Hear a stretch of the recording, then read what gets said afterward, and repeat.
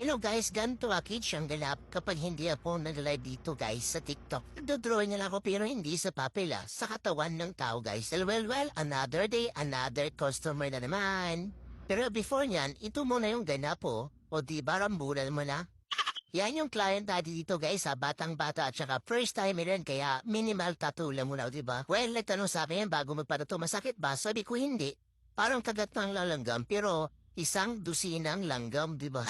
Oh no! Maliit lang naman ang pinakatato niya kasi minimal lang din stage at saka syempre mabilis na talaga matapos siya.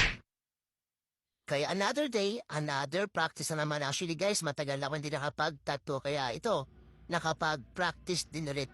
Wait, there's more. Di kasi after niyan, another na naman yung kasama niya. Sino sila kasi? Yung design. Dito, hindi na ako nagbibideo kasi nakaka-umain Sila kasing design nilang dalawa Pero mas mabilis na tapos rather than nung umpisa. Kasi nung umpisa talaga nag-adjust pa Pero sa pangalawa na kaya ang bilis na talaga matapos yun guys. Gamit ko nitong ink mga papsista. Dynamic Triple Black. Makita niyo mga paps sa yellow basket na kalink yan mga paps ka. Check out yun mga paps.